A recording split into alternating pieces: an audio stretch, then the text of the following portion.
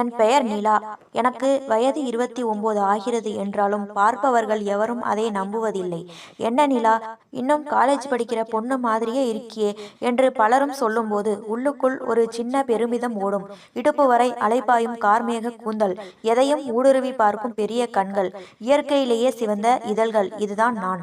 நான் ஒரு மருத்துவர். ஒரு கிராமத்தை ஒட்டிய சிறு நகரத்தில் கிளினிக் வைத்து நடத்தி வருகிறேன். நான் வெள்ளை நிற கோட் அணிந்து கிளினிக்கிற்குள் நுழையும் போது நோயாளிகளின் பார்வை என் முகத்தை தாண்டி எங்கெங்கோ அலைப்பாய்வதை நான் உணர்வேன். என்னுடைய குரலில் ஒரு வசீகரமான கனிவு இருக்கும். டாக்டர், உங்க சிரிப்பே பாதி நோயை தீர்த்திடும் போல என்று பல நோயாளிகள் சொல்வார்கள். அந்த இனிமைதான் என் கதையின் முதல் சொட்டு தேன். அன்று காலை கிளினிக்கில் ஏசி மெலிதாக ஓடிக்கொண்டிருக்க நான் நோயாளிகளின் கோப்புகளை பார்த்து கொண்டிருந்தேன். அப்போது கதவு திறக்கும் சத்தம் கேட்டது. உள்ளே நுழைந்தான் அர்ஜுன். 32 வயது இருக்கும். முறுக்கேறிய தேகம், லேசான தாடி, எதையோ மறைக்க துடிக்கும் கண்கள். டாக்டர் மேடம், இடுப்புல ஒரு மாதிரி குத்துற வலி, நேத்து முழுக்க தூக்கமே இல்ல என்றான் அர்ஜுன். நான் மெல்ல சிரித்துவிட்டு, உட்காரு அர்ஜுன், சட்டையை மேலே தூக்கு, எங்க வலிக்குதுன்னு பார்ப்போம் என்றேன். அவன் சட்டையை உயர்த்தினான். அவன் முதுகில் வியர்வை துளிகள் முத்துக்களாய் அரும்பியிருந்தன. என் விரல்கள் மெல்ல அவன் முதுகில் ஊர்ந்தன. அவன் மூச்சை பிடித்து கொண்டு அமர்ந்திருந்தான். இங்கே அழுத்தினால் வலிக்கிறதா என்று கேட்டேன். ஆமா மேடம், அங்கேயேதான் என்று முனகினான். தசையெல்லாம் ரொம்ப இறுக்கமா இருக்கு அர்ஜுன். தினமும் டிராக்டர் ஓட்டுறதுனால வந்த வலிதான் இது.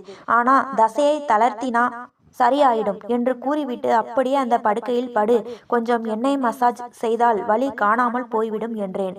நான் ஒரு கிண்ணத்தில் மூலிகை எண்ணெயை எடுத்தேன். அந்த அறையெங்கும் எண்ணெயும் என் வாசமும் கலந்த மனம் பரவியது. என் விரல்கள் அவன் முதுகில் பட்டு சரிந்தபோது அவன் கண்கள் செருகின.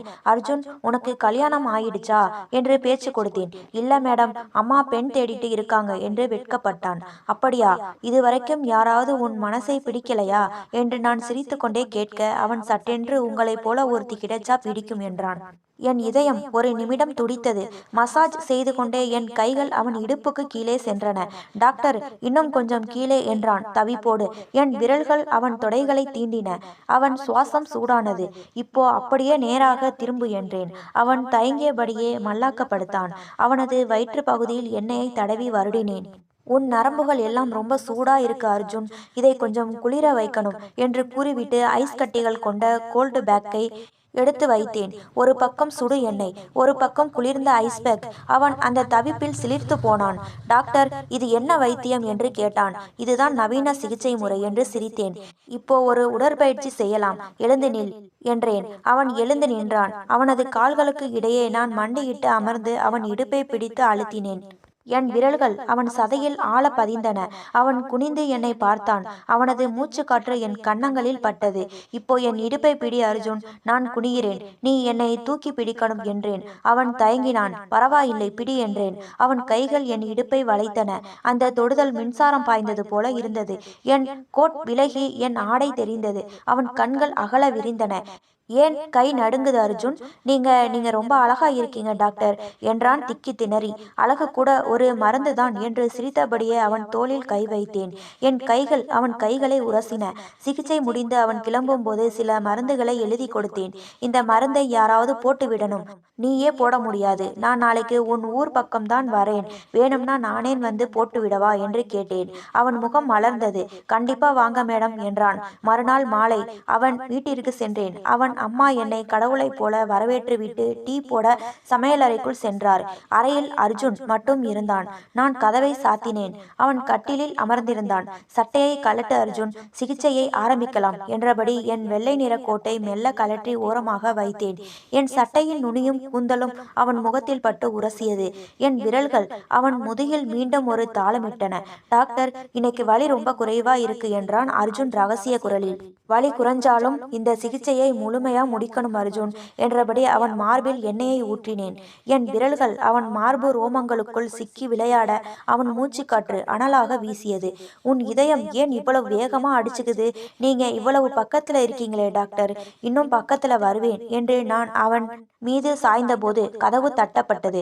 அவன் அம்மா தேநீர் கொண்டு வந்திருந்தார். நான் சட்டென்று விலகி அமர்ந்தேன். மூவரும் அமர்ந்து தேநீர் குடித்தோம். அப்போது அவன் அம்மா கேட்டார், நிலா, நீ ஏன் இன்னும் கல்யாணம் பண்ணிக்காம இருக்க? நான் சிரித்து கொண்டே, சரியான ஆள் இன்னும் சிக்கலையே அம்மா என்றேன். அர்ஜுன் என்னை பார்த்து மெலிதாக சிரித்தான். அன்று இரவு வீட்டுக்கு வந்தபோது அர்ஜுனின் அந்த பார்வையை என்னால் மறக்க முடியவில்லை. அது ஒரு நோயாளியின் பார்வை இல்லை. ஏதோ ஓர் ஈர்ப்பு, ஏதோ ஓர் மர்மம் இதில் இருந்தது. அடுத்தடுத்த நாட்களில் எங்கள் சந்திப்புகள் தொடர்ந்தன. ஒரு நாள் கிளினிக்கில் நான் மட்டும் இருந்தபோது அர்ஜுன் வந்தான். இன்னைக்கு புதுசா ஒரு ட்ரீட்மெண்ட் பண்ணலாம் என்று சொல்லி மின்னணு கருவி ஒன்றின் பேடுகளை அவன் நெஞ்சில் வைத்தேன். லேசான மின்சாரத்தை உடலில் செலுத்தினேன். அவன் உடல் அதிர, இப்போ என் மேல வை என்றேன். நான் என் உடையை லேசாக விலக்க அவன் அந்த பேடுகளை என் இடுப்பில் வைத்தான். மின்சாரம் என் உடலில் பாய நான் மெயில் சிலிர்த்து கத்தினேன். அவன் பதறி போக, சும்மா விளையாட்டுக்கு, ஆனா இது ரொம்ப சுகமா இருக்கு அர்ஜுன் என்றேன். நாங்கள் இருவரும் நெருக்கமாக நின்றோம். இதழ்கள் இணைய இன்னும் ஒரு அங்குலமே தூரம் இருந்தது. சட்டென்று என் போன் அடித்தது.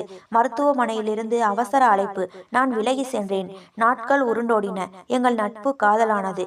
ஒரு நாள் அவன், நான் கல்யாணம் பண்ணிக்கலாம்னு இருக்கேன் நிலா என்றான். யாரை என்று நான் தெரிந்தே கேட்க அவன் வெட்கத்துடன் என்னை சுட்டிக்காட்டினான். அவன் அம்மா என் வீட்டிற்கு வந்து பேசினார். நிச்சயதார்த்தம் முடிந்து திருமண நாளும் வந்தது. மணமேடையில் அர்ஜுன் என் காதில் கிசுகிசுத்தான். நிலா, இன்னைக்கு வலி முழுசா போயிடுச்சு. நான் சிரித்து கொண்டே, இனி வாழ்க்கை முழுக்க நான் உனக்கு மசாஜ் செய்வேன் என்றேன். எல்லாம் சுலபமாக முடிந்தது என நினைத்தேன். ஆனால் அன்று இரவு அந்த பயங்கரமான திருப்பம் நிகழ்ந்தது. முதலிரவு அறையில் அர்ஜுன் ஒரு பென்டிரைவை என்னிடம் கொடுத்தான். இதை அப்புறம் பாரு என்றான். நான் ஆர்வத்துடன் லேப்டாப்பில் அதை போட்டேன். அதில் ஒரு வீடியோ இருந்தது. 6 மாதங்களுக்கு முன்பு என் கிளினிக்கில் பேஸ்மெட்டில் எடுக்கப்பட்டது அது. அங்கே மேஜையில் ஒரு பெண் மயக்க நிலையில் இருந்தாள். அது நான் தான். என் முகத்தில் மாஸ்க் இருந்தது. அவளுக்கு முன்னே அர்ஜுன் நின்றிருந்தான். ஆனால் அவன் ஒரு விவசாயி போல இல்லை, ஒரு விஞ்ஞானி போல தெரிந்தான். அவனிடம் ஒரு ஊசி இருந்தது. வீடியோவில் என் குரலே கேட்டது. ஆபரேஷன் ஆரம்பம். சப்ஜெக்ட் நிலா சர்மா. மெமரி டிரான்ஸ்பர் சிகிச்சை. வழங்குபவர் அர்ஜுன். பெறுபவர் குளோன் செய்யப்பட்ட உடல். என் தலை சுற்றியது. வீடியோவில் இருந்த அர்ஜுன் சொன்னான், பழைய நிலாவை கொன்றுவிட்டு அவளது உடலில் புதிய நிலாவை உருவாக்கியிருக்கிறோம். அதாவது இப்போது நிலாவாக இருக்கும் எனக்குள் அர்ஜுனின் ஒரு பகுதி இருக்கிறது. நான் உறங்கும் போது எனக்குள் இருக்கும் அர்ஜுன் விழித்துக் கொள்கிறான். அவன் என் வயிற்றை தடவி, நிலா இப்போ என் முறை என்கிறான். கண்ணாடியில் பார்த்தபோது என் கண்கள் அர்ஜுனின் கண்களைப் போலவே தெரிந்தன. கதவு திறந்தது. அர்ஜுன் உள்ளே வந்தான். தூக்கம் வருதா நிலா என்றான். நான் விகாரமாக சிரித்தேன். இல்லை அர்ஜுன், இப்பதான் எனக்கு விழிப்பே வந்தது என்று கூறி அவன் கழுத்தை நெரித்தேன். இனி நீ நிரந்தரமா தூங்கு. விளக்குகள் அணைந்தன. விளக்குகள் அணைந்த அந்த இருட்டின் அர்ஜுனின் கழுத்தை நான் நெரித்து கொண்டிருந்த போது அவன் மூச்சு திணறவில்லை. மாறாக அவன் இருட்டில் ஒரு பயங்கரமான சிரிப்பை உதிர்த்தான். அந்த சிரிப்பு அர்ஜுனுடையது அல்ல, அது என் சொந்த குரல். நிலா, உனக்கு இன்னும் புரியவில்லையா? நீ யாரை கொல்ல முயல்கிறாய்? அவனது குரல் என் தலைக்குள் எதிரொலித்தது.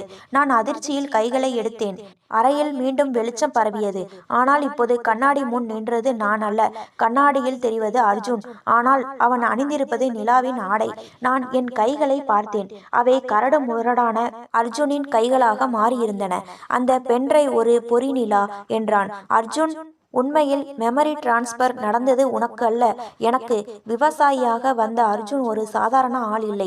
அவன் ஒரு தோல்வியடைந்த மேதை. தன் உயிரை காப்பாற்றிக் கொள்ள உன் உடலை அவன் திருடி கொண்டான். அதாவது 6 மாதங்களுக்கு முன்பு கிளினிக் பேஸ்மெட்டில் நடந்தது இதுதான். உண்மையான நிலா இப்போது அர்ஜுனின் உடலில் சிதைக்கப்பட்டிருக்கிறாள். உண்மையான அர்ஜுன் இப்போது நிலாவின் உடலில் சொகுசாக வாழ்கிறான். இல்லை, இது நடக்க வாய்ப்பில்லை என்று நான் கத்தினேன். என் குரல் கனமாக அர்ஜுனின் குரலாக ஒலித்தது. நிலாவின் உடலில் இருந்த அர்ஜுன் மெல்ல நடந்து வந்து என் அருகே அமர்ந்தான். இந்த உலகம் இப்போது உன்னைத்தான் அர்ஜுன் என்று நினைக்கும். ஒரு பைத்தியக்கார விவசாயி தன் டாக்டரையே காதலித்து கல்யாணம் செய்து இப்போது அவளை கொல்ல முயல்கிறான் என்றுதான் ஊர் பேசும். நான் நிலாவாகவே இந்த ஊரில் ராணியாக வாழ்வேன் என்றான் அந்த வஞ்சகன். நான் ஆத்திரத்தில் மேஜை மீது இருந்த அந்த ஊசியை எடுத்தேன். நீ நிலாவாக வாழலாம், ஆனால் இந்த உடலில் நான் அர்ஜுனாக சாக தயார். நான் செத்தால் உன்னால் மீண்டும் உன் பழைய உடலுக்கு வர முடியாது. அவன் முகம் வெளுத்தது. வேண்டாம் அர்ஜுன். இல்லை நிலா, நிறுத்து. நான் சிரித்தேன். அது நிலாவின் மென்மையான சிரிப்பு அல்ல, ஒரு போராளியின் சிரிப்பு. யாருடைய உடலாக இருந்தால் என்ன?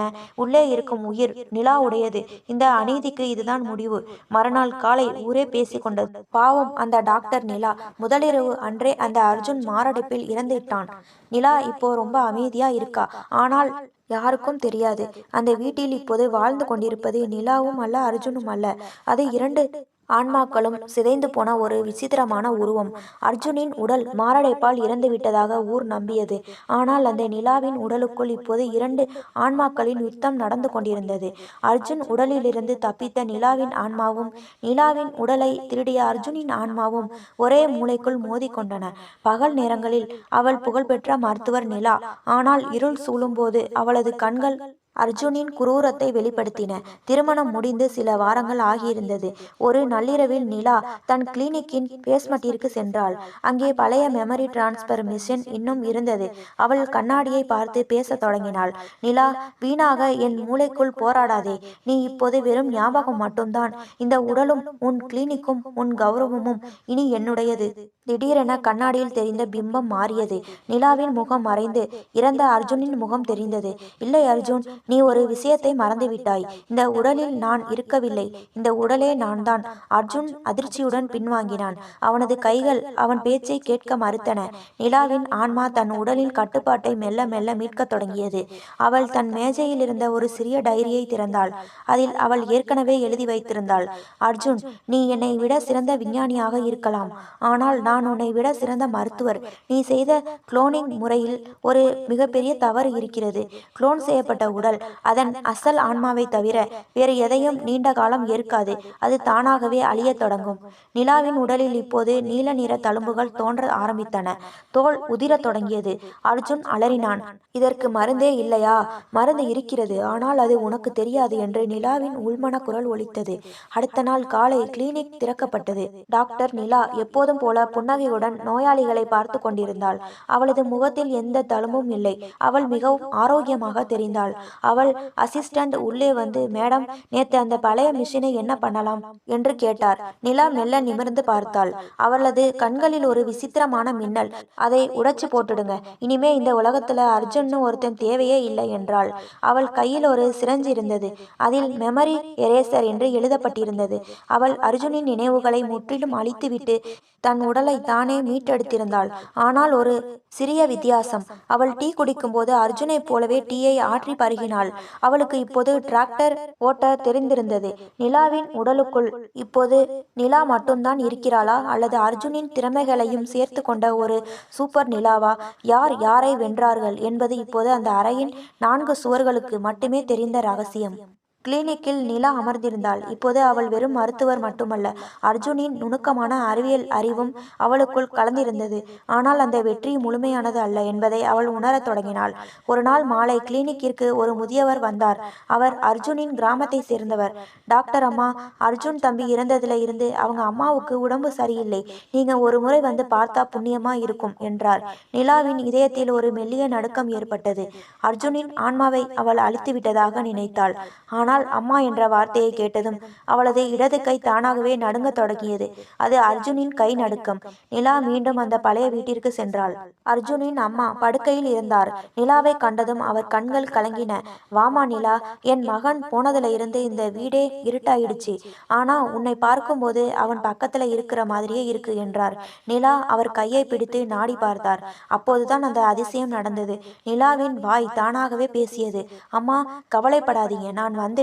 அது நிலாவின் குரல் அல்ல, அது அர்ஜுனின் குரல். நிலா அதிர்ச்சியில் தன் வாயை பொத்தி கொண்டாள். அர்ஜுனின் நினைவுகளை அவள் அழிக்கவில்லை. அவை அவளது ஆழ் மனதின் ஒரு மூலையில் பதுங்கியிருந்தன. இப்போது அவை விழித்து கொண்டன. அன்று இரவு நிலா தன் வீட்டு ஆய்வகத்தில் அமர்ந்து தீவிரமாக பேசிக் கொண்டிருந்தாள். கண்ணாடியில் தன் முகத்தை பார்த்தாள். நீ என்னை அழிக்க முடியாது நிலா. கண்ணாடியில் தெரிஞ்ச பிம்பம் அர்ஜுனாக மாறியது. நாம் இப்போது ஒருவரோடு ஒருவர் பிணைக்கப்பட்டிருக்கிறோம். நீ பகலில் ராணி, நான் இரவில் நிழல். நிலா ஆவேசமாக சிரித்தாள். அப்படியா? அப்போ இந்த உடலுக்கு 2 எஜமானர்கள் இருக்க முடியாது. ஒரு முடிவு எடுத்தே ஆகணும். அவள் ஒரு புதிய மருந்தை உருவாக்கினாள். அது ஆன்மாக்களை பிரிக்கும் மருந்து. ஆனால் அதை ஊசி மூலம் ஏற்றினால் உடல் தாங்குமா என்பது சந்தேகம். அவள் அந்த ஊசியை தயார் செய்த போது அவளது இடது கை அந்த ஊசியை ஊசியை பிடுங்கி எறிய முயன்றது. வலது கை அதை தடுத்தது. தன் உடலுக்குள்ளேயே ஒரு போர் நடந்தது. கடைசியில் நிலா அந்த ஊசியை செலுத்திவிட்டாள். ஒரு நிமிடம் உலகம் சுழன்றது. அவள் மயங்கி விழுந்தாள். மறுநாள் காலை அவள் கண் விழித்தபோது கிளினிக்கில் இருந்தாள். அவள் கண்ணாடி முன் நின்றாள். அவள் முகம் இப்போது முன்பை விட இன்னும் அழகாக, இன்னும் வசீகரமான நிலாவாக தெரிந்தது. முடிந்தது, எல்லாம் முடிந்தது என்று நிம்மதி பெருமூச்சு விட்டாள். ஆனால் அவள் கிளினிக் மேஜை மீது ஒரு குறிப்பு இருந்தது. அதில் அவளது கையெழுத்திலேயே எழுதப்பட்டிருந்தது. நன்றி நிலா, ஊசி போட்டதற்கு நன்றி. இப்போது நான் உன் நினைவுகளுக்குள் ஒளிந்து கொள்ளவில்லை.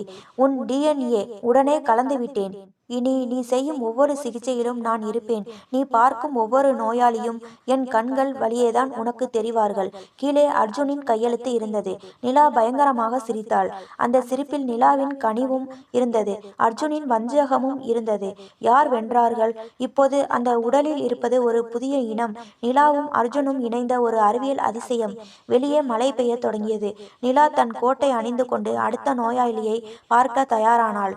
அவளது இதழ்களில் மின்னிய அந்த புன்னகை, அது ஒரு மருத்துவரின் புன்னகையா அல்லது ஒரு வேட்டைக்காரனின் புன்னகையா? அந்த ஆய்வகத்தின் மௌனத்தை நிலாவின் விசித்திரமான சிரிப்பு கலைத்தது. இப்போது அவளது மூளை ஒரு சூப்பர் கம்ப்யூட்டர் போல செயல்பட தொடங்கியது. நிலாவின் மருத்துவ அறிவும் அர்ஜுனின் எலக்ட்ரானிக்ஸ் மற்றும் குளோனிங் அறிவும் இணைந்து ஒரு புதிய திட்டத்தை தீட்டின. அவள் இப்போது வெறும் நிலா அல்ல, அவள் நிலா 2.0. கிளினிக்கிற்கு வரும் நோயாளிகளின் எண்ணிக்கை முன்பை விட பல மடங்கு அதிகரித்தது. நிலா செய்யும் சிகிச்சையில் ஒரு மாயாஜாலம் இருப்பதாக மக்கள் பேசிக்கொண்டார்கள். ஆனால் யாருக்கும் தெரியாத ஒரு ரகசியம் அந்த பேஸ்மெட்டின் வளர்ந்து கொண்டிருந்தது. நிலா இப்போது ஒரு புதிய ஆய்வில் இறங்கினாள். ஏன் ஒரு உடலில் 2 ஆன்மாக்கள் இருக்க வேண்டும்? ஏன் 2 உடல்களில் ஒரே ஆன்மா இருக்கக்கூடாது? இதுதான் அவளது புதிய சிந்தனை. ஒரு நாள் மாலை அர்ஜுனை போலவே தோற்றமளிக்கும் ஒரு வாலிபன் கிளினிக்கிற்கு வந்தான். அவன் பெயர் சூர்யா. தற்செயலாக அவன் அர்ஜுனின் சாயலில் இருந்தானா அல்லது நிலா அவனை தேடி வரவழைத்தாளா என்பது அவளுக்கே வெளிச்சம். டாக்டர், எனக்கு முதுகில் ஒரு கடுமையான வலி என்றான் சூர்யா. நிலாவின் இதழ்களில் ஒரு வஞ்சக புன்னகை அரும்பியது. வா சூர்யா, உனக்காகத்தான் காத்து கொண்டிருந்தேன் என்று சொல்லி அவனை அந்த பழைய மசாஜ் படுக்கையில் படுக்க வைத்தாள். அவளது விரல்கள் அவன் முதுகில் படர்ந்தபோது அவளுக்குள் இருந்த அர்ஜுனின் நினைவுகள் விழித்து கொண்டன. பழைய அர்ஜுன் உடல் மாரடைப்பில் இறந்திருக்கலாம், ஆனால் அவனது நினைவாற்றல் கோப்புகள் நிலாவின் மூளைக்குள் பத்திரமாக இருந்தன. நிலா மெல்ல குனிந்து சூர்யாவின் காதில் கிசுகிசுத்தாள். அர்ஜுன், உனக்கு மீண்டும் ஒரு உடல் கிடைக்கப் போகிறது. இம்முறை அது குளோன் கிடையாது, உண்மையான மனித உடல். சூர்யா பயத்தில் துடித்தான். டாக்டர், என்ன சொல்றீங்க? எனக்கு ஒண்ணுமே புரியல. நிலா மின்னல் வேகத்தில் ஒரு ஊசியை சூர்யாவின் கழுத்தில் இறக்கினாள். அவன் மயக்கமடைந்தான். நிலா உடனே பேஸ்மெட்டிற்கு சென்று அந்த பழைய இயந்திரத்தை இயக்கினாள். இப்போது நிலா தன் தலையில் ஒரு ஹெல்மெட்டை மாட்டிக்கொண்டாள். மற்றொரு முனையை சூர்யாவின் தலையில் இணைத்தாள். அர்ஜுன், என்னிடமிருந்து பிரிந்து போ. இந்த சூர்யாவின் உடலுக்குள் நுழைந்து விடு. இனி நாம் இருவரும் தனித்தனி உடல்களில், ஆனால் ஒரே சிந்தனையுடன் இந்த உலகத்தை ஆளலாம் என்று கத்தினாள். இயந்திரம் பயங்கரமான சத்தத்துடன் இயங்கியது. நீல நிற மின்சார கதிர்கள் அறையெங்கும் பாய்ந்தன. நிலாவின் உடல் துடித்தது. சூர்யாவின் உடல் விரைத்தது. சிறிது நேரத்திற்கு பிறகு எல்லாம் அமைதியானது. நிலா மெல்ல கண் விழித்தாள். அவளது தலைபாரம் குறைந்திருந்தது. அவளுக்குள் இருந்த அந்த அர்ஜுனின் கனத்த குரல் இப்போது கேட்கவில்லை. அவள் மீண்டும் முழுமையான நிலாவாக உணர்ந்தாள். எதிரே சூர்யா மெல்ல எழுந்தான். அவன் கண்களில் இப்போது நிலா பார்த்த அதே வஞ்சக மின்னல். அவன் தன் கைகளை பார்த்து கொண்டான். பின் நிலாவை பார்த்து சிரித்தான். நன்றி நிலா, அர்ஜுன் மீண்டும் வந்துவிட்டான் என்றான். சூர்யாவின் உடலில் இருந்த அர்ஜுன். நிலா அவனை நோக்கி நடந்தாள். ஆனால் அவள் கையில் ஒரு துப்பாக்கி இருந்தது. அர்ஜுன், நீ ஒன்று மறந்துவிட்டாய். நான் உன்னை என் உடலில் இருந்து வெளியேற்றத்தான் இந்த சிகிச்சையை செய்தேனே தவிர உன்னை வாழ வைக்க அல்ல. நிலா, என்ன செய்கிறாய்? அர்ஜுன் பதறினான். நீ எனக்குள் இருந்தவரை எனக்கு ஆபத்து. இப்போது நீ ஒரு சாதாரண மனித உடலில் இருக்கிறாய். இப்போது உன்னை கொல்வது மிக எளிது. நிலா துப்பாக்கியை அழுத்தினாள். ஆனால் தோட்டா வெளிவரவில்லை. துப்பாக்கிக்கு பதில் ஒரு சிறிய சத்தத்துடன் ஒரு புகை கிளம்பியது. சூர்யா பலமாக சிரித்தான். நிலா, நீ புத்திசாலிதான். ஆனா நான் உனக்குள்ளேயே 6 மாசம் இருந்தவன். உன் ஒவ்வொரு அசைவும் எனக்கு தெரியும். நீ இந்த துப்பாக்கியை எடுப்பாய் என்று தெரிந்துதான் மயக்கத்திலேயே அதன் தோட்டாவை பிடுங்கிவிட்டேன். நிலா திகைத்து நின்றாள். இப்போது அர்ஜுன் எழுந்து அவளை நோக்கி வந்தான். இப்போ சொல்லு, யார் யாரை ஆளப்போகிறோம்? அப்போது கிளினிக் கதவு பலமாக தட்டப்பட்டது. வெளியே போலீஸ் சத்தம் கேட்டது. டாக்டர் நிலா, கதவை திறங்க. அர்ஜுன் மரணத்தில் சந்தேகம் இருப்பதாக புகார் வந்துள்ளது. நிலாவும் அர்ஜுனும் ஒருவரை ஒருவர் பார்த்து கொண்டனர். இப்போது அவர்கள் எதிரிகள் அல்ல, தப்பிக்க வேண்டிய குற்றவாளிகள். போலீஸ் வாகனத்தின் சிவப்பு மற்றும் நீல விளக்குகள் கிளினிக் ஜன்னல்கள் வழியே மின்னின. வெளியே இன்ஸ்பெக்டர் ராஜேந்திரனின் குரல் அதிகாரத்துடன் ஒலித்தது. உள்ளே சூர்யாவின் உடல் இருந்த அர்ஜுனும் நிலாவும் ஒருவரை ஒருவர் பார்த்து கொண்டனர். சில நொடிகள் முன்பு வரை ஒருவரை கொல்ல ஒருவர் முயன்றவர்கள் இப்போது தப்பிக்க வேண்டிய கட்டாயத்தில் கைகோர்க்க வேண்டியிருந்தது. நிலா யோசிக்க நேரமில்லை. போலீஸ் உள்ளே வந்தால் நாம் இருவருமே மாட்டிக்கொள்வோம். அர்ஜுனின் உடல் மாரடைப்பால் இறக்கவில்லை. அது ஒரு குளோன் உடல் என்று தெரிந்தால் நம் இருவருக்கும் ஆயுள் தண்டனை நிச்சயம் என்றான் அர்ஜுன் சூர்யாவின் குரலில். நிலா தன் நடுக்கத்தை மறைத்து கொண்டு பேஸ்மெட்டில் இருந்த ஒரு பெரிய அலமாரியை நகர்த்தினாள். அதன் பின்னால் ஒரு சிறிய சுரங்கப்பாதை இருந்தது. இது எனக்கு மட்டுமே தெரிந்த வழி, வா என்று அவனை இழுத்து கொண்டு உள்ளே குதித்தாள். மேலே போலீஸ் கதவை உடைக்கும் சத்தம் கேட்டது. இருவரும் அந்த இருட்டு பாதையில் ஓடினர். அது நகரத்தின் ஒதுக்குப்புறமாக இருந்த ஒரு பழைய பாழடைந்த ஆலையில் முடிந்தது. பாதுகாப்பான இடத்திற்கு வந்ததும் நிலா நின்றாள். அர்ஜுன், போலீஸுக்கு யார் தகவல் கொடுத்திருப்பார்கள்? உன்னுடைய அந்த பழைய பென்டிரைவ் தவிர வேறு எந்த ஆதாரமும் இல்லையே. அர்ஜுன் மர்மமாக சிரித்தான். நிலா, நீ ஒரு விஷயத்தை கவனிக்க தவறிவிட்டாய். அர்ஜுனின் அம்மா, அவளுக்கு தன் மகன் இறக்கவில்லை, அவன் உடலில் ஏதோ மாற்றம் நடந்திருக்கிறது என்று சந்தேகம் வந்திருந்தது. அவள்தான் போலீஸுக்கு தகவல் கொடுத்திருக்க வேண்டும். அப்பாவி என்று நினைத்தேனே.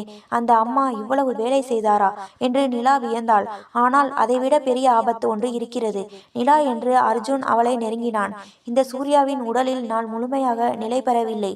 என் நினைவுகள் மங்க தொடங்குகின்றன. எனக்கு அந்த மெமரி ஸ்டெபிளைசர் மருந்து உடனே வேண்டும். அது கிளினிக்லேயே இருக்கிறது. நிலா யோசித்தாள். கிளினிக்கில் இப்போது போலீஸ் இருக்கும். அங்கே செல்வது தற்கொலைக்கு சமம். ஆனால் அவள் கண்கள் மின்னின. என் போனில் ஒரு ரகசிய வசதி இருக்கிறது. என் கிளினிக் ஆய்வகத்தில் இருக்கும் சுய கட்டுப்பாட்டு கருவி மூலம் அந்த மருந்தை ஒரு ட்ரோன் வழியாக இங்கே வரவழைக்க முடியும். அவள் தன் போனில் சில எண்களை தட்டினாள். சில நிமிடங்களில் ஆலைக்கு மேலே ஒரு சிறிய ட்ரோன் பறந்து வந்தது. அதில் அந்த நீல நிற மருந்து இருந்தது. அர்ஜுன் அதை ஆவலுடன் வாங்க முயன்றான். ஆனால் நிலா அதை தடுத்து, இந்த மருந்து உனக்கு வேண்டுமென்றால் நீ ஒரு சத்தியம் செய்ய வேண்டும். அர்ஜுனின் அம்மாவை தீர்த்து கட்ட வேண்டும். அவள்தான் நமக்கு இப்போது பெரிய முட்டுக்கட்டை என்றாள். அர்ஜுன் ஒரு நிமிடம் தயங்கினான். பெற்ற தாய் என்ற பாசம் அவனுக்குள் எட்டி பார்த்தது. ஆனால் தன் உயிர் முக்கியம் என்று முடிவு செய்தான்.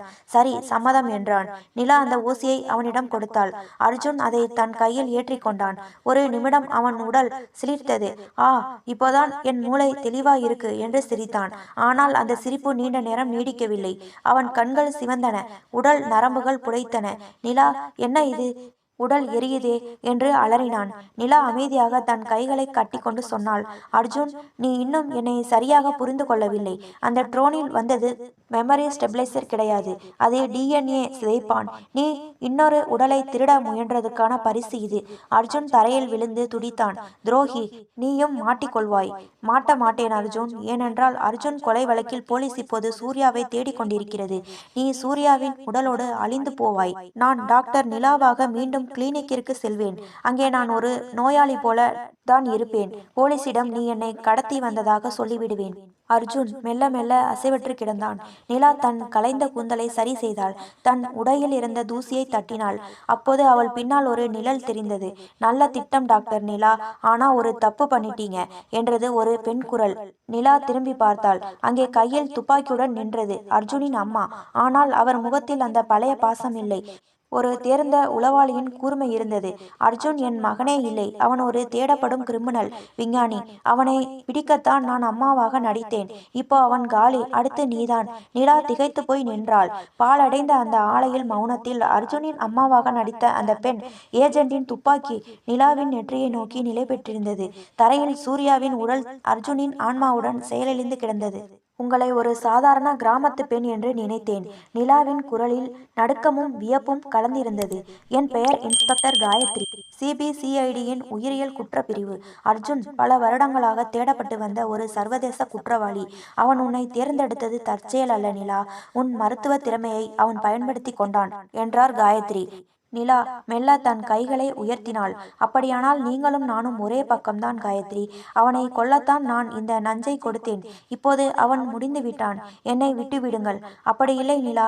காயத்ரி ஒரு படி முன்னே வந்தார். அர்ஜுன் ஒரு குற்றவாளி என்றால் அவனோடு சேர்ந்து சட்டவிரோத பரிசோதனைகளை செய்து நீ ஒரு துரோகி. உன்னையும் கைது செய்யவே எனக்கு உத்தரவு. நிலா தன் கண்களால் சுற்றும் முற்றிலும் பார்த்தாள். அந்த ஆலையின் கூரையில் ஒரு பழைய மின்சார பெட்டி இருந்தது. அவளுக்குள் இருந்த அர்ஜுனின் அறிவு இப்போது அவளுக்கு ஒரு யோசனையை வழங்கியது. காயத்ரி, நீங்கள் ஒரு விஷயத்தை மறந்துவிட்டீர்கள்.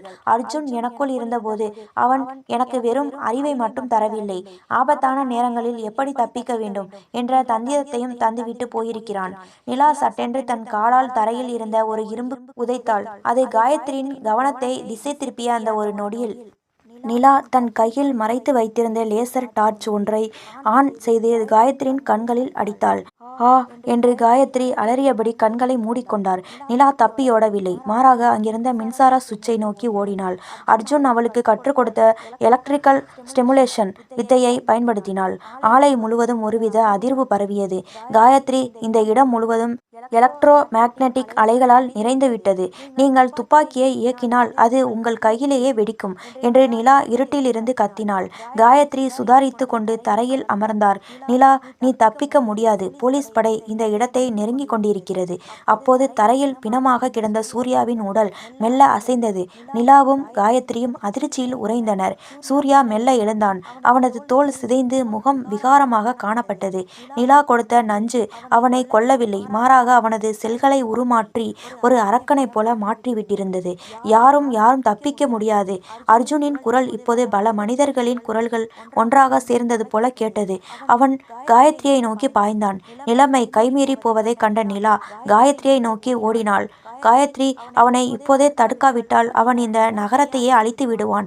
அவனது செல்கள் இப்போது கட்டுப்பாடில்லாமல் வளர்கின்றன. என் கையில் இருக்கும் இந்த நியூட்ரலைசர் ஊசியை அவன் இதயத்தில் ஏற்ற வேண்டும். எனக்கு உதவி செய்யுங்கள். காயத்ரி தயங்கினார். ஆனால் அர்ஜுனின் அந்த விகாரமான உருவம் அவரை நெருங்குவதைக் கண்டு நிலாவோடு கைகோர்த்தார். காயத்ரி துப்பாக்கியால் அர்ஜுனின் கால்களை நோக்கி சுட்டார். அவன் நிலை குலைந்த அந்த நொடியில் நிலா ஆக்ரோஷத்துடன் அவன் மீது பாய்ந்து அந்த ஊசியை செலுத்தினாள். ஒரு பயங்கரமான அலறலுடன் அர்ஜுனின் உடல் மெல்ல மெல்ல கரைந்து சாம்பலாக மாறியது. ஆலை முழுவதும் அமைதி நிலவியது. காயத்ரி எழுந்து தன் உடையை சரி செய்தார். முடிந்தது.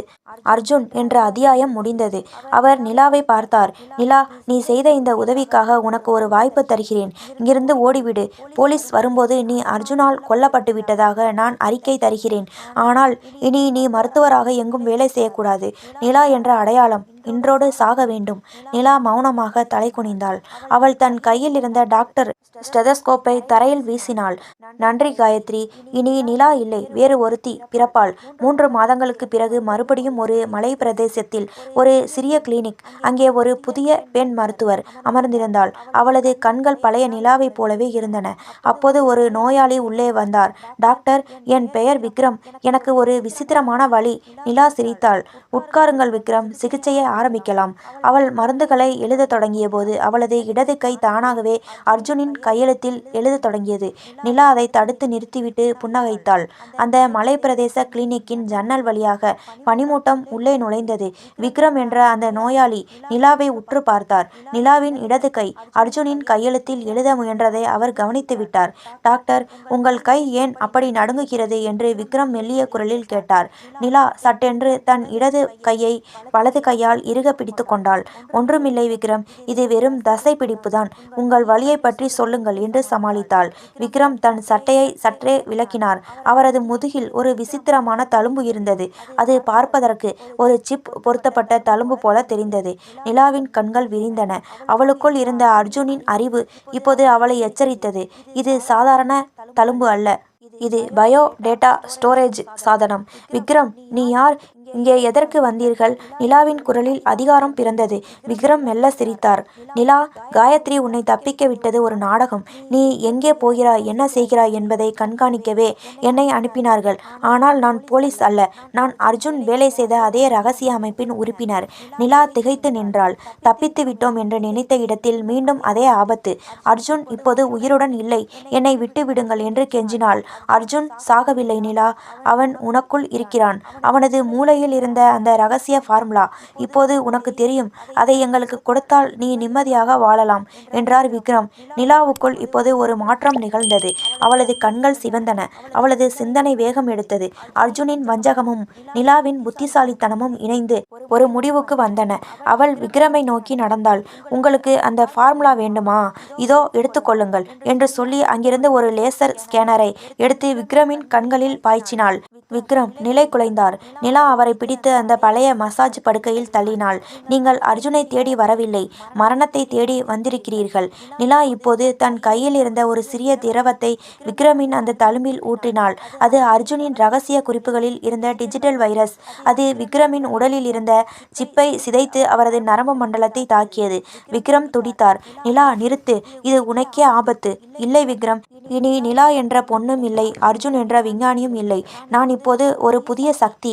எனக்கு பெயரோ அடையாளமோ கிடையாது. விக்ரமின் உடல் செயலிழந்தது. நிலா அமைதியாக தன் பையை எடுத்துக்கொண்டாள். அந்த கிளினிக்கிற்கு தீ வைத்தாள். நெருப்பு கொளுத்துவிட்டு எரிந்தது. நிலா அந்த பனிமூட்டத்திற்குள் மெல்ல நடந்து மறைந்தாள். அவள் இப்போது ஒரு புதிய இலக்கை நோக்கி சென்று கொண்டிருந்தாள். காயத்ரி. அவள்தான் தன்னை இந்த இக்கட்டான நிலைக்கு தள்ளியவள். அவளை பழிவாங்காமல் நிலாவுக்கு ஓய்வு கிடையாது. நிலா தன் போனை எடுத்து ஒரு எண்ணுக்கு மெசேஜ் அனுப்பினாள். விளையாட்டு இப்போதான் சூடு பிடிக்கிறது காயத்ரி. அடுத்த நோயாளி நீதான். எரியும் கிளினிக்கின் வெளிச்சம் நிலாவின் முகத்தில் ஒரு விசித்திரமான நிழலை உண்டாக்கியது. பனிமூட்டமான அந்த இரவில் அவள் ஒரு நிழலைப் போல நகரத் தொடங்கினாள். அவளது இலக்கு இன்ஸ்பெக்டர் காயத்ரி. காயத்ரி ஒரு பாதுகாப்பான விடுதியில் தங்கியிருந்தார். நிலா அர்ஜுனின் ஹேக்கிங் திறமையை பயன்படுத்தி காயத்ரியின் இருப்பிடத்தை கண்டறிந்தாள். கதவை திறக்காமலேயே கட்டிடத்தின் காற்றோட்ட வசதி வழியாக ஒரு மயக்க வாய்வை செலுத்தினாள். சில நிமிடங்களில் காயத்ரி ஒரு நாற்காலியில் கட்டப்பட்ட நிலையில் கண்விழித்தார். அவருக்கு முன்னால் நிலா அமைதியாக அமர்ந்து தேநீர் குடித்து கொண்டிருந்தாள். நிலா, இது முட்டாள்தனம், நீ தப்பித்து ஓடியிருக்கலாம் என்றார் காயத்ரி பலவீனமான குரலில். நிலா சிரித்தாள். அந்த சிரிப்பில் இப்போது நிலாவின் மென்மையும் இல்லை, அர்ஜுனின் குரூரமும் இல்லை. அது ஒரு புதிய குரல். காயத்ரி, என்னை ஒரு பரிசோதனை கருவியாக பயன்படுத்த நினைத்தீர்கள் அல்லவா? அர்ஜுன் என்னை திருடினான். நீங்கள் என்னை கண்காணித்தீர்கள். ஆனால் உங்கள் இருவருக்கும் தெரியாத ஒரு உண்மை இருக்கிறது. நிலா ஒரு டேப்லெட்டை எடுத்து ஒரு வீடியோவை ஓடவிட்டாள். அது அர்ஜுன் இறப்பதற்கு சில நிமிடங்களுக்கு முன்பு பதிவு செய்யப்பட்டது. வீடியோவில் அர்ஜுன் பேசினான். நிலா, நீ என்னை கொல்வாய் என்று எனக்கு தெரியும். ஆனால் நான் உனக்குள் செலுத்தியது என் நினைவுகளை மட்டுமல்ல, என் உடலின் ஒவ்வொரு செல்லையும் மாற்றக்கூடிய ஒரு மாஸ்டர் கோட்டு. நீ இப்போது ஒரு மனித பிறவியே கிடையாது. நீ ஒரு உயிருள்ள சூப்பர் கம்ப்யூட்டர். காயத்ரி அதிர்ச்சியில் உறைந்தார். நிலா தன் கையை நீட்டினாள். அவளது விரல் நுனியில் இருந்து ஒரு சிறிய மின்சாரம் பாய்ந்து காயத்ரியின் மடிக்கணினியை இயக்கியது. எந்த தொடர்பும் இல்லாமல் நிலாவால் தரவுகளை திருட முடிந்தது. காயத்ரி, உங்கள் சிண்டிகேட் அமைப்பு என்னை தேடுகிறது என்று எனக்கு தெரியும். இப்போது நானே அந்த அமைப்பின் அனைத்து ரகசியங்களையும் அழித்துவிட்டேன். உங்கள் வங்கி கணக்குகள், உங்கள் ரகசிய ஆவணங்கள் அனைத்தும் இப்போது என் கட்டுப்பாட்டில். நிலா காயத்ரியின் கட்டுகளை அவிழ்த்துவிட்டாள். உங்களை கொல்ல மாட்டேன் காயத்ரி. ஏனென்றால் நீங்கள் செய்த துரோகத்தை விட நீங்கள் எனக்கு கொடுத்த இந்த புதிய வாழ்க்கை பெரியது. இனி நிலாவும் இல்லை, அர்ஜுனும் இல்லை. நான் ஈவா. நிலா அந்த அறையை விட்டு வெளியேறினாள். காயத்ரி அவளை தடுக்க முடியவில்லை. அவருக்கு தெரியும், இனி நிலாவை யாராலும் பிடிக்க முடியாது என்று. சில காலத்திற்கு பிறகு உலகின் மிகப்பெரிய மருத்துவமனைகளில் ஒரு மர்மமான டாக்டர் பற்றிய பேச்சு நிலவியது. அவர் நோயாளிகளின் கண்களை பார்த்தே அவர்களின் நோயை கண்டறிந்தார். அவர் தொட்டாலே ஆறாத காயங்களும் ஆறின. அவருக்கு பின்னால் எந்த பின்புலமும் இல்லை, எந்த அடையாளமும் இல்லை. அவர் ஒரு புதிய கிளினிக்கை திறந்தார். அதன் வாசலில் இருந்த போர்டில் இப்படி எழுதப்பட்டிருந்தது: இங்கே உடலுக்கு மட்டுமல்ல, ஆன்மாவிற்கும் சிகிச்சை அளிக்கப்படும். நிலா ஜன்னல் வழியாக வானத்தை பார்த்தாள். அவளது இடது கை இப்போது நடுங்கவில்லை. அவள் முழுமையாக தன்னை ஏற்றுக்கொண்டாள். அவளது கண்கள் இப்போது இரண்டு நிறங்களில் மின்னின. ஒன்று நிலாவின் நீலம், இன்னொன்று அர்ஜுனின் கருப்பு.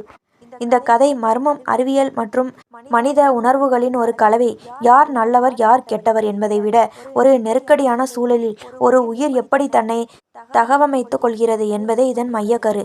இது போன்ற கதைகளை தொடர்ச்சியாக கேட்க லைக் பண்ணுங்க, கமெண்ட் பண்ணுங்க, மறந்துவிடாமல் சப்ஸ்கிரைப் பண்ணுங்க.